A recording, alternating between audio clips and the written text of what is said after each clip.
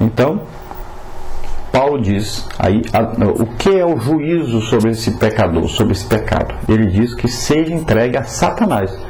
Então isso significa, em um caso como esse de Corinto, a igreja remover a pessoa imoral da sua comunhão, né, e entregá-la ao domínio de Satanás. Então é como a pessoa ela é crente, ela está aqui debaixo da cobertura de Deus. Então ela está aqui como uma embaixada, debaixo do sangue de Jesus, da proteção de Deus, faz parte do corpo de Cristo. Mas a partir do momento que ele insiste em viver em pecado, a igreja deve excluí-lo, tirar a cobertura, tirar fora do corpo de Cristo. E fora dessa cobertura, essa pessoa estará entregue a Satanás, ou seja, ao reino de Satanás. E Satanás, ele tem 3 coisas que ele quer fazer com essa pessoa: matar, roubar e destruir. Às vezes até parece que ele vai enganar a pessoa, ele faz a pessoa até prosperar. Às vezes a pessoa até fica rica quando sai da igreja. Mas isso aí vai servir para a sua perdição, para o seu afastamento dele cada dia mais de Deus. Então, o que Paulo está dizendo?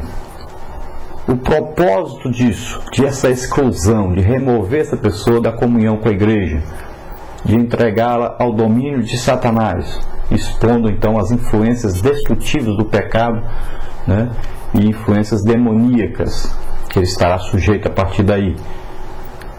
Então, qual o objetivo? Ele diz que tal disciplina tem aí 2 propósitos. Então, que o culpado, ao experimentar problemas, sofrimentos físicos, né, geralmente quando a pessoa é excluída, o que vai acontecer? Vai ficar doente, às vezes vai sofrer algum acidente, às vezes vai acontecer alguma tragédia na sua vida e tal. E muitas vezes ele vai até a beira da morte. Mas isso vai causar nele um desejo de pedir perdão à igreja, de pedir perdão a Deus, de reconciliar-se. Ele vai mandar chamar aí alguém para orar por ele, para ele se reconciliar e tal. Então, foi boa essa medida. Então, aí esse problema físico, né, vai fazer com que haja um arrependimento e essa pessoa seja salva.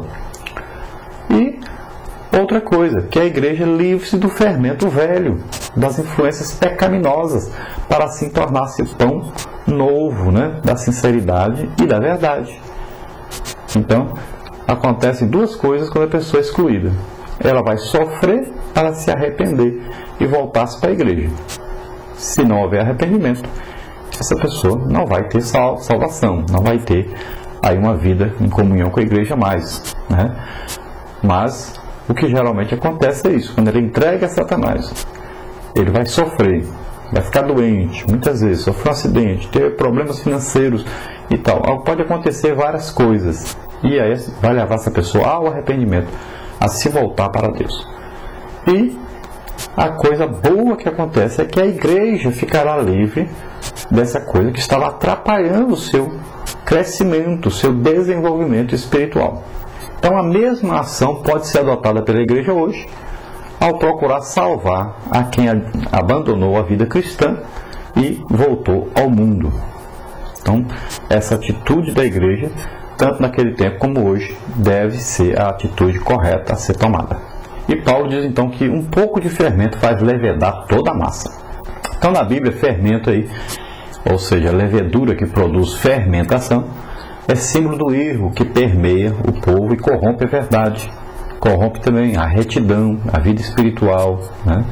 Paulo, nesse versículo, então, compara o fermento ao processo pelo qual o pecado e a iniquidade, paulatinamente, passo a passo, se propagam em uma comunidade cristã. Então, vai corromper, assim, a muitos, né, ao corpo de Cristo. Qualquer igreja que não tomar medidas severas contra a imoralidade sexual entre seus membros, descobrirá que a influência maligna desse mal se alastrará pela congregação e vai contaminar a muitos cristãos. Então o pecado deve ser rigorosamente removido, porque se não for removido, no decurso do tempo, com o passar do tempo, a totalidade da comunidade cristã se corromperá e o Espírito Santo não terá mais lugar nessa igreja. É um perigo que corremos se deixarmos o pecado se alastrar. Então Paulo diz: julgais. Vocês não são capazes de julgar nem os que estão dentro da igreja, como é que vão julgar os que estão lá fora? Então o crente não deve fazer crítica precipitada ou injusta contra outro crente. Então no caso aqui, era verdade o que estava acontecendo, havia muitas provas disso, né? Não é coisa inventada nem fofoca, era uma coisa verdadeira, estava acontecendo realmente. Tinham certeza que estava acontecendo, tinha sido comprovado já. E parece que essa pessoa vivia junto mesmo sem nem se importar com ninguém. Talvez essa pessoa que vivia nesse pecado aí, esse rapaz, talvez fosse até um dos líderes da igreja, porque ninguém fazia nada, ninguém tomava providência nenhuma. Paulo mostra aqui que a igreja precisa julgar seus membros em caso de pecado grave, de iniquidade, de imoralidade, conduta ímpia, persistente, né? Então tais ações iníquas precisam ser julgadas e disciplinadas para o bem da pessoa envolvida, para o bem da pureza da igreja e para o testemunho de Cristo no mundo. Então nós temos aí como palavra-chave da nossa lição a complacência, ou seja, a igreja de Corinto tornara-se complacente com o pecado, tolerante demais com o pecado, fazendo vista grossa para o pecado e deixando que o pecado se alastrasse, né, e atrapalhasse todo o trabalho da igreja. Então eu estava vendo ali um caso de incesto. O que é esse incesto? É uma relação sexual ilícita entre parentes, pode ser parentes consanguíneos, ou seja, parentes irmão com irmão, pai com filho, né, que está acontecendo muito aí, pai com filha, pelo mundo afora, né? E pode ser também parentes de adotados, filhos que são adotados. No caso desse rapaz, a mãe era madrasta, né? Não tinha vínculo sanguíneo, mas era esposa do seu pai. Na Bíblia, talvez o maior caso aí de incesto, né, seja lá o caso de Ló. Quando Ló saiu de Sodoma e Gomorra com as suas duas filhas, a sua mulher foi transformada numa estátua de sal, e ele saiu com as duas filhas, e as duas filhas, para fazer uma família, ao invés de procurarem por Abraão e irem morar onde Abraão morava, né, ir lá arranjar um casamento e tal, e formarem a família, não. Elas embebedaram Ló e tiveram filho com Ló. Ló, muito bêbado, praticou esse ato sexual com essas filhas, e a Bíblia diz que ele, quando acordava, não sabia que tinha feito alguma coisa. Elas embebedavam sempre Ló para fazer isso. E esse caso, então, é um caso tremendo de incesto. Daí nasceu, né, os Amonitas e os Moabitas. Então nós temos que saber, principalmente, que a espiritualidade do crente não está no fato dele ser portador de dons espirituais, mas na resolução permanente de evitar o erro, o mal e o pecado. Quando a pecaminosa conduta social do mundo sem Deus é aceita pela igreja em lugar da Bíblia, os pecados mais degradantes e abomináveis se aninham sem protesto entre os crentes.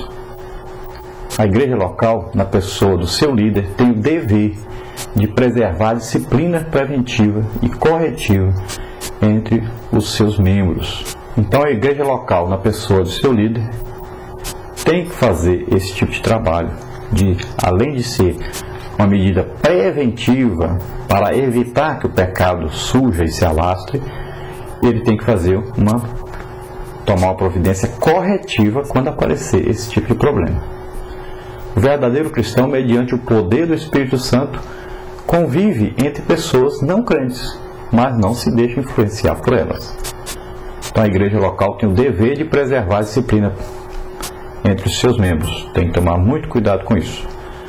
E o apóstolo Paulo, quando ele escreveu a primeira carta aos Coríntios, falando sobre evitar aí o contato com os que vivem em prostituição, parece que os coríntios entenderam que eles não podiam ter nenhum tipo de contato com os descrentes.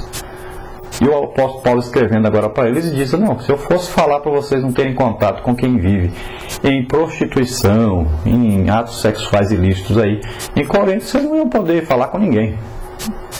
Então, não é isso que eu estou querendo dizer. Não é em relação aos descrentes, mas em relação àquele que, dizendo-se crente, dizendo-se irmão, estiver na prática desses pecados. Esses você tem que evitar de toda maneira a convivência com essa pessoa. E ele diz, nem coma com essa pessoa. O afastamento dessa pessoa da igreja, o afastamento dos irmãos dessa pessoa, o isolamento dele, vai causar um entristecimento a essa pessoa, vai causar a ele um terror de repente ficar só, porque ele não tinha muitas amizades no mundo e as únicas amizades que ele tinha eram da igreja. Então de repente ele fica sem amigos.